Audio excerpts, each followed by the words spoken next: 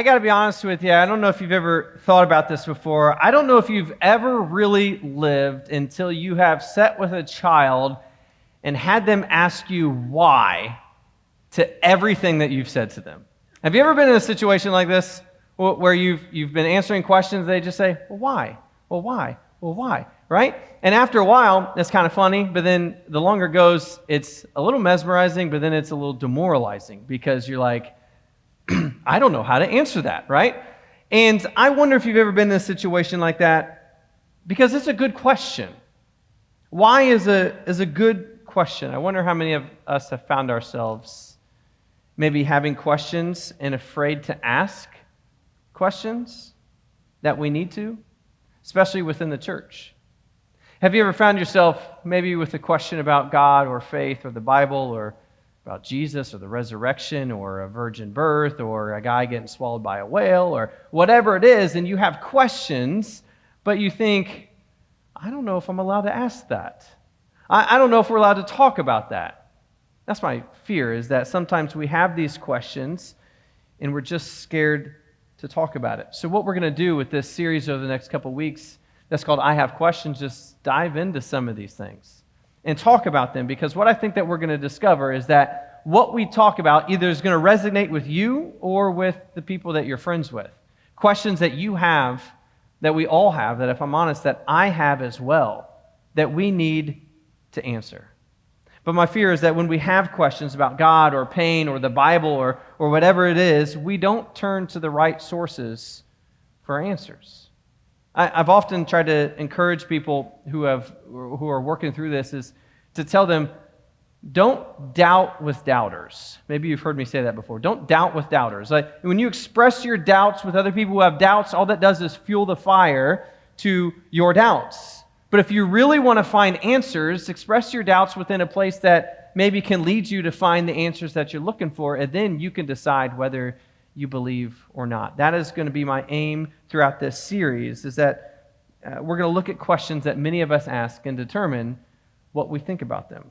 So the first question that is going to come to our attention is this. When people are hurting, where is God?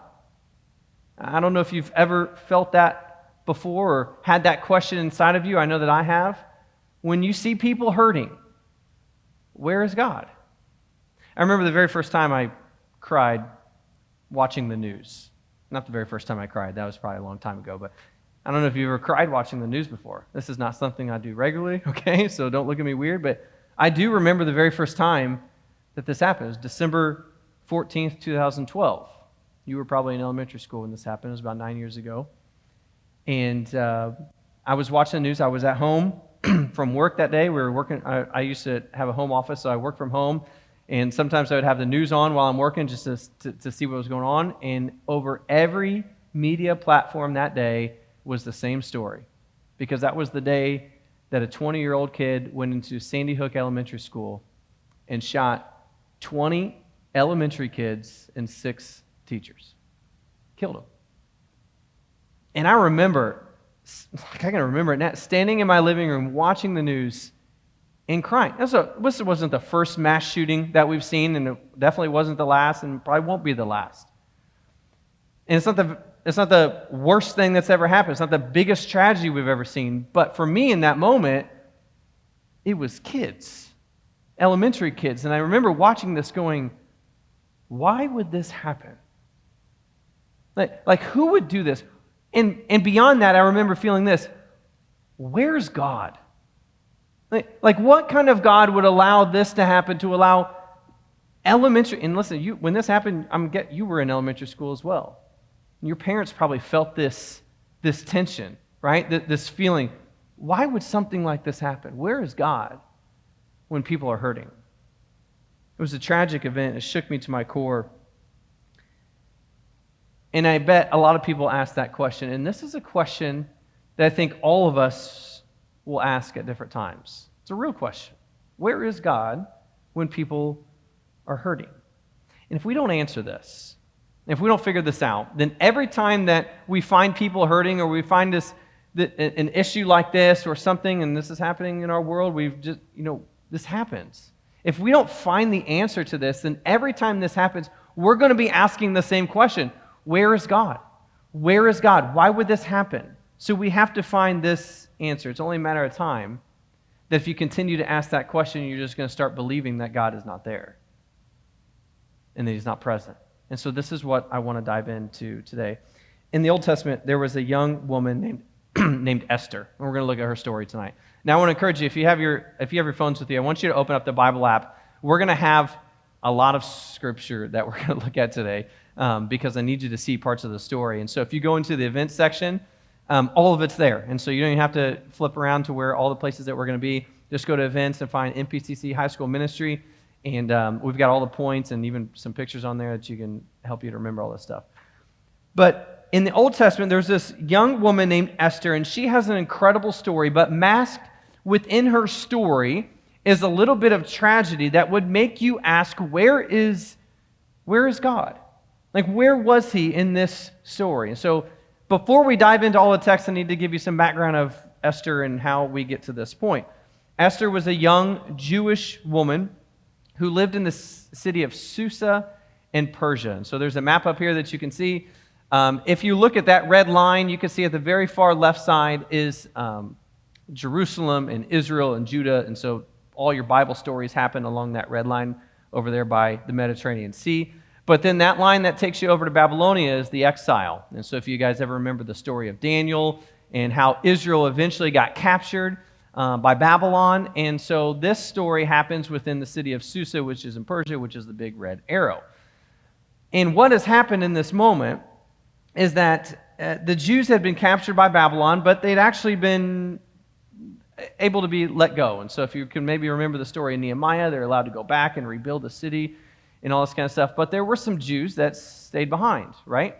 And Esther was one of these Jews because she had grown up, honestly, in Persia. This is the only culture that she knew. And so she's here in Persia.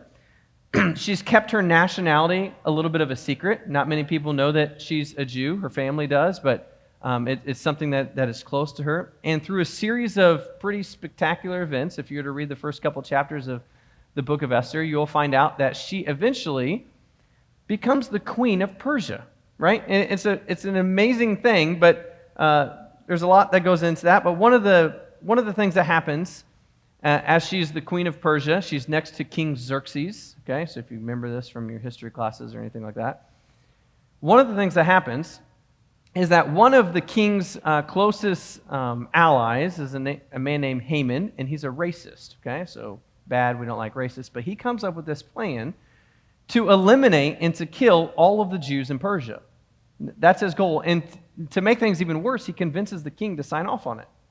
And so this happens, and when Esther's cousin, his name is Mordecai, finds out about this, he urges Esther to do something. He says, you cannot allow this to happen, to allow your people to go through this. And so there's this moment where Esther is in this pickle because she's the queen of she's the queen, right? And in those times, to come up to the king, even if you were the queen, to approach him and to tell him what to do, that's a pretty dangerous thing to do. And so what I want to do is read to you the beginning of this story. It's from Esther chapter 4. We're going to look at verses 11 through 16. Here's what it says. All the king's officials, this is Esther, and the people of the royal provinces know that for any man or woman who approaches the king in the inner court without being summoned, the king has but one law, that they be put to death, unless the king extends the golden scepter to them and spares their lives. But 30 days have passed since I was called to go to the king. So imagine, this is Esther telling Mordecai, listen, I can't just go talk to the king. That's not how this works over here in Persia. You have to be summoned. He has to call you. But even as the queen, it's been a month since she's been next to him. So when Esther's words were reported to Mordecai, he sent back this answer. Do not think that because you are in the king's house, you alone of all the Jews will escape. For if you remain silent at this time, relief and deliverance for the Jews, it will arise from another place, but you and your father's family will perish. And who knows, but that you have come to your royal position for such a time as this. Then Esther sent this reply back to Mordecai. Go, gather together all the Jews who are in Susa and fast for me. Do not eat or drink for 3 days, night or day, I and my attendants will fast as you do. When this is done, I will go to the king, even though it is against the law. And if I perish, I perish." And so this is the beginning of the story, really, because Esther decides to approach the king, and she does this carefully. She plans this banquet, and at this banquet, you would think that she's going to ask this request for the king, but what she does really is just says, "King, my request is that you come to a second banquet," right? And so she makes this second feast, and the king agrees to it, and he comes to the second feast because who's going to turn that down, right? And at this second feast, she invites Haman, the racist, the bad guy, the guy who wants to eliminate all of the Jewish people. And so it's at this moment that they're all there that Esther unleashes her full plan. And we're going to read chapter 7 in its entirety together. And if you're not familiar with Esther's story, then just buckle up. That's going to get a little crazy here, all right? Esther chapter 7, look what it says. "So the king and Haman went to Queen Esther's banquet. And as they were drinking wine on the second day, the king again asked, 'Queen Esther, what is your petition? It will be given to you. What is your request? Even up to half the kingdom, it will be granted.' Then Queen Esther answered, 'If I have found favor with you, your majesty, if it pleases you, grant me my life. This is my petition. And spare my people. This is my request. For I and my people have been sold to be destroyed, killed, and annihilated. If we had merely been sold as male and female slaves, I would have kept quiet, because no such distress would justify disturbing the king.' King Xerxes asked Queen Esther, 'Who is he? Who is he, the man who has dared to do such a thing?' Esther said, 'An adversary and an enemy, this vile Haman.' Then Haman, he was terrified before the king and the queen. The king got up in a rage, left his wine, and went out into the palace garden. But Haman, realizing that the king had already decided his fate, he stayed behind to beg Queen Esther for his life. Just as the king returned from the palace garden to the banquet hall, Haman was falling onto the couch where Esther was reclining. The king exclaimed, 'Will he even molest the queen while she is with me in this house?' As soon as the word left the king's mouth, they covered Haman's face. Then Harbona, one of the eunuchs attending the king, said, 'A pole reaching to a height of 50 cubits stands by Haman's house. He had it set up for Mordecai, who spoke up to help the king.' The king said, 'Impale him on it.' So they impaled Haman on the pole he had set up for Mordecai. Then the king's fury subsided." All right, that was pretty intense, right? That's not your typical make you feel good story, but this is the story of Esther. And this is what we find, and it's pretty intense. Haman was punished, justice was served. Esther and Mordecai, they saved their people. But here is the question. Where was God? Where was God in the midst of this? One of the most significant parts of the book of Esther, and maybe you're familiar with this, but maybe you're not, is that in the book of Esther, God is never mentioned. It's the only book in the Bible that is unique in that way, that throughout all of the chapters of Esther, if you were to read it, God is never mentioned in this story. But does that mean he was not there? Where was God when the Jewish people were hurting? Where was he when there was a plan against them to annihilate them? Where was he when they were all scared and when they were exiles? Where was God in the midst of all of this? These are important questions. And these are questions that you will find asking in your own life when things happen to you, when things don't go your way, or maybe when someone has done something to you, or you have found yourself in a situation where you're like, this isn't how I would want this to go. Where's God? Where is he in the midst of this? What I have for you tonight, and I'm going to do this very quickly, is 3 ideas of what we find from this story to tell us when people are hurting, where is God? Here's the first one. It's real simple. God is present. Now, God is invisible. I think you probably know this by now, right? You've never seen him. If you have, come talk to me afterwards. But you've probably noticed that because we can't see God. And just like in this book, and just like in our lives, that does not mean that he's not present. He is always present. He is always there. This is called God's omnipresence. If you're familiar with that word, it means that God is everywhere at all times.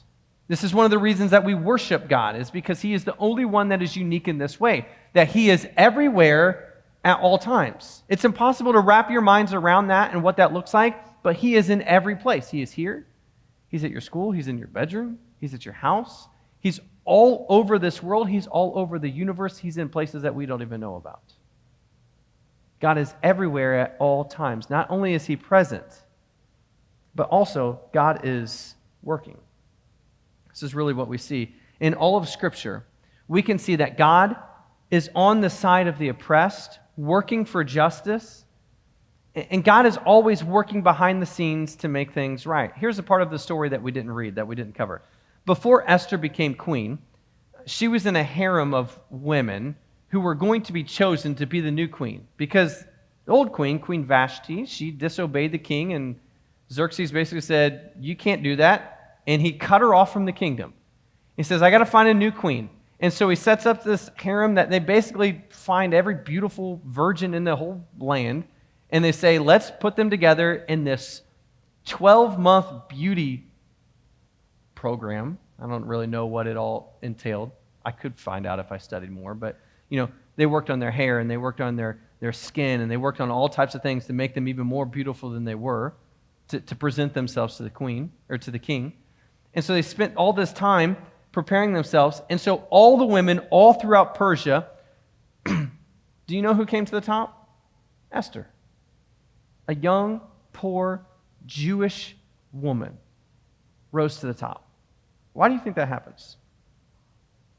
God was working to position Esther to this place, to influence her so that she would be before Haman and have an opportunity to change the future of all Israel.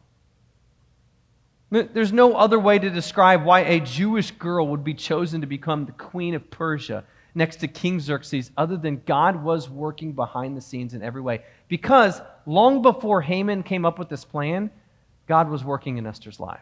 Do you recognize this? Long before Haman came up with this, let me kill all the Jews plan, God was already positioning Esther to a position of influence within the kingdom. It's a beautiful part of the story that we can also lose in the details. God is working even when we don't see it. Jesus reminded of this when he says this. He says, my Father is always working and so am I. Guys, we've got to remember this. This is what I need you to understand tonight. We have to remember that God is always working behind the scenes in your life as well. This isn't just a Bible story about Esther. This is a principle about who God is. He is working in your life, behind the scenes, every step of the way, to orchestrate your life exactly the way that he wants it to go.